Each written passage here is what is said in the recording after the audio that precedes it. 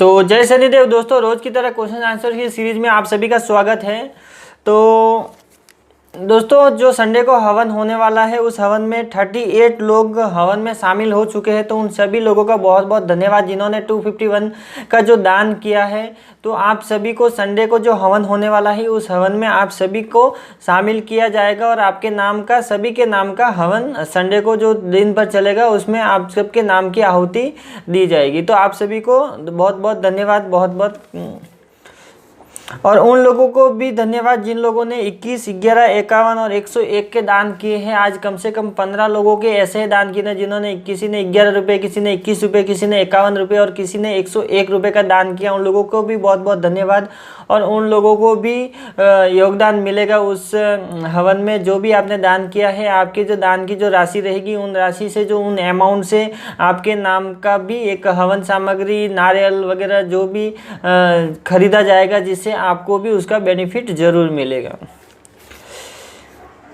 अब कमेंट लेते हैं। एक भाई का कमेंट है कि क्या हम बिना माला के जाप कर सकते हैं? ओम नमः शिवाय ओम।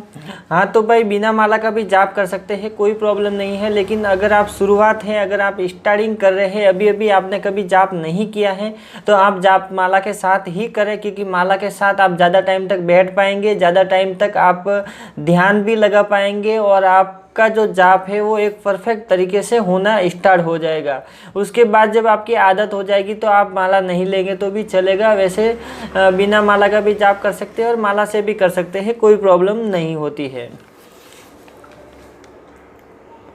दूसरा कमेंट है कि ब्रो, जैसे हम रोज जाप करते हैं, किसी कारण हमें कहीं जाना पड़ गया तो जाप छूट जाएगा, कोई प्रॉब्लम होगी या करना पड़ेगा जाप?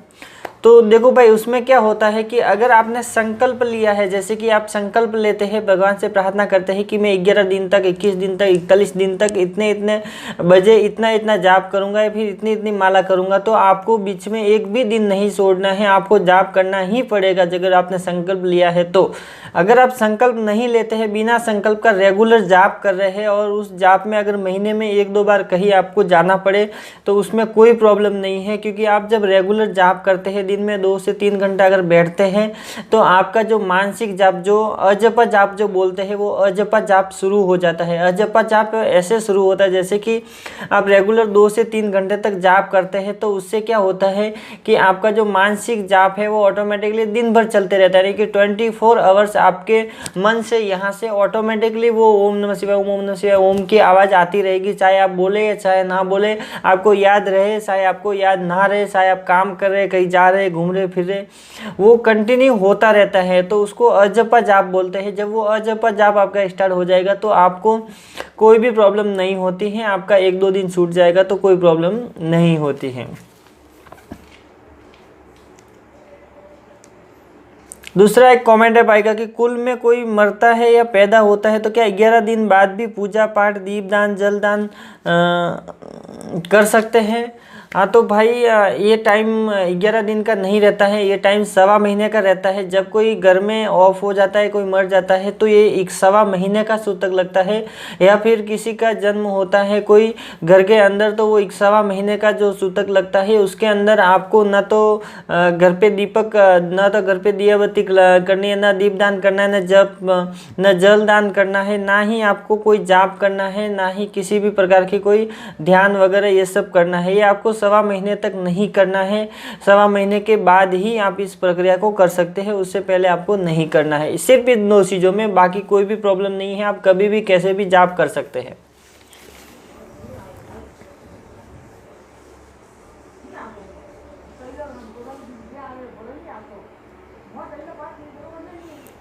एक और कमेंट आएगा कि मुकेश भाई, मानसिक जाप मन से करें या दिल से? तो भाई मानसिक जाप है वो मन से ही होता है, वो आपको करने की ज़रूरत नहीं पड़ती है, ये ऑटोमेटिकली होता है। जब आप जाप करने के लिए बैठते हैं, जब तो आंखें बंद करके ध्यान यहाँ पे लगाते हैं और मन ही मन जब जाप करते हैं, तो वो मानसिक जाप होता है जो कि मन से ही होता है।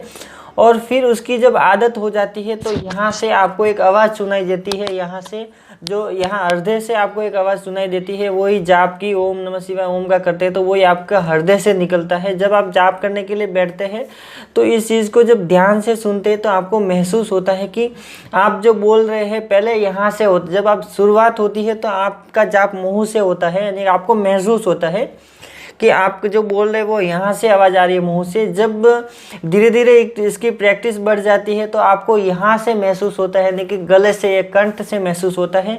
फिर और ज़्यादा टाइम तक जब आप जाप करते हैं तो आपको यहाँ हृदय से महसूस होता है। और फिर जब आप लगातार बहुत टाइम, ज़्यादा टाइम हो जाता है और जब ज़्यादा टाइम तक बैठते हैं तो आपको वो जाप कहीं सब जगह से बंद हो जाता है। फिर आपको यहाँ कानों से आपको ओम की ध्वनि जो सुनाई देती है उसे नाद, जो नाद कहते हैं, जो नाद आपको दोनों कानों से किसी किसी को सुनाई देता है, किसी को एक कान से, किसी को एक कान से, तो सबको अलग अलग तरीके से सुनाई देता है। तो जब बहुत ज़्यादा टाइम हो जाता है तो आपको वही कानों से सुनाई देता है, यानी कि कानों से महसूस होता है।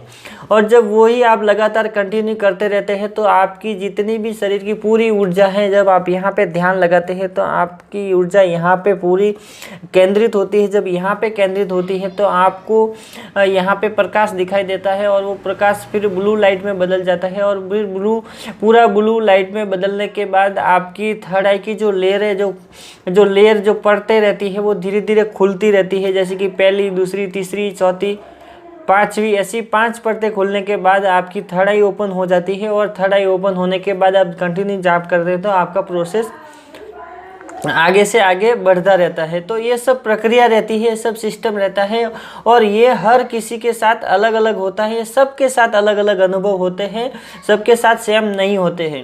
ये जो मैं बता रहा हूँ वो मेरे अनुभव बता रहा हूँ कि मेरे साथ ऐसा हुआ था। आपके साथ अलग हो सकते, किसी और के साथ अलग हो सकते हैं, लेकिन प्रक्रिया ऐसे ही काम करती है। तो अनुभव सबके अलग अलग हो सकते हैं। दूसरा कमेंट है कि भैया प्रणाम, मैंने 201 भेजा है लेकिन दूसरे अकाउंट से, तो हवन मेरे नाम से होगा? हाँ तो भाई, जो आपने 201 रुपये ट्रांसफ़र किए हैं आपके दूसरे अकाउंट से भेजा था, लेकिन जब आपने कमेंट किया था तो मैंने उस वीडियो में आपका नाम लिया था, कृष्णा भौमिक आपका ही नाम लिया था। तो जो हवन होने वाला है वो आपके नाम का ही होने वाला है। तो आपके नाम का ही हवन होगा, उसका बेनिफिट आपको ही मिलेगा, तो उससे कोई प्रॉब्लम नहीं है। दूसरा एक और कमेंट है कि खुद से हवन करते हैं तो क्या नेगेटिविटी इसको भी खा सकती है? तो हाँ भाई, खा सकती है। जब आप हवन करते हैं आपके घर पे या तो पहले से नेगेटिविटी है या फिर आपके शरीर के अंदर पहले से नेगेटिविटी, या फिर आपके किसी भी फैमिली मेम्बर में किसी को भी नेगेटिविटी है, अगर वो आपके ऊपर हावी है, आपके मेंबर के ऊपर हावी है, तो वो जो भी आप हवन करते हैं, जो दीपक जलाते हैं, दिया अगरबत्ती करते हैं, वो पूरी की पूरी प्रक्रिया उससे लग जाती है, यानी कि वो नेगेटिविटी खा लेती है, जिससे आपको कोई भी किसी भी प्रकार का बेनिफिट नहीं होता है। और बाद में जब आप बाद में जाते हैं कहीं पे भी तो आपको बताया जाता है कि आप ये नहीं करते, दीपक नहीं जलाते, अगरबत्ती नहीं करते, देवी देवता को मानते नहीं, वो नहीं, ये इसी कारण से बताया जाता है। एक और कमेंट है कि भाई जो हम लोग हवन करते हैं उसमें पिता और गोत्र की ज़रूरत नहीं पड़ती है क्या भाई? हाँ तो भाई, हवन जब किया जाता है, जब हवन बहुत प्रकार के होते हैं। देखो, हवन अलग अलग तरीके से होते हैं, लेकिन जो ये हवन हो रहा है, ये हवन मैं खुद कर रहा हूँ मेरी तरफ से, जो रेगुलर मैं करता हूँ, यानी कि मैं अपने देवी देवताओं को जिनको मानता हूँ, मैं जिन्हें जो मेरे कुल देवता है, जो मेरे इष्ट है, मैं उनको जो मानता हूँ, तो मैं मेरी तरफ से ये प्रक्रिया मैं पहले से ही करता हूँ। तो ये मैं महीने में 2 बार करता हूँ, ये हर महीने में 2 बार मैं हवन करता हूँ। और डेली रात को 8 से 11 बजे के बीच में मैं मानसिक जाप करता हूँ। तो ये प्रक्रिया मैं खुद करता हूँ। ये देखो कैसे कार्य करता है, इसमें आपके पिता का नाम या गोत्र की ज़रूरत नहीं पड़ती है। इस चीज़ में वो इसके लिए नहीं पड़ती है क्योंकि ये जो दिया हुआ है, आपका दान दिया हुआ है। जब मैं खुद अपने आप से जो हवन कर रहा हूँ और उसमें आप अगर कुछ दान देते हैं तो आपका भी नाम ऑटोमेटिकली जुड़ जाता है।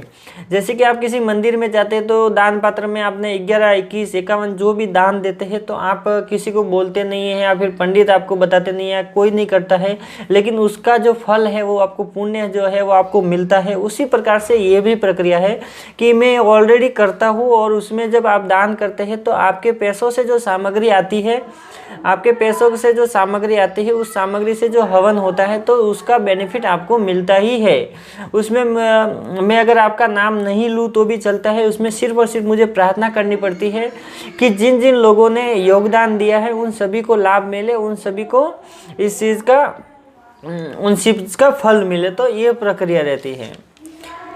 तो बस दोस्तों आज के लिए इतने। वीडियो अच्छी लगी तो लाइक कीजिएगा, शेयर कीजिएगा अपने दोस्तों के साथ। अगर आप मेरे चैनल पे नए तो चैनल को सब्सक्राइब जरूर कीजिएगा। और आपके मन में भी किसी भी प्रकार का कोई भी डाउट है या कोई भी सवाल है तो वीडियो के नीचे कमेंट जरूर करें, मैं उसके ऊपर वीडियो बनाने की कोशिश जरूर करूंगा। तो जय शनिदेव दोस्तों।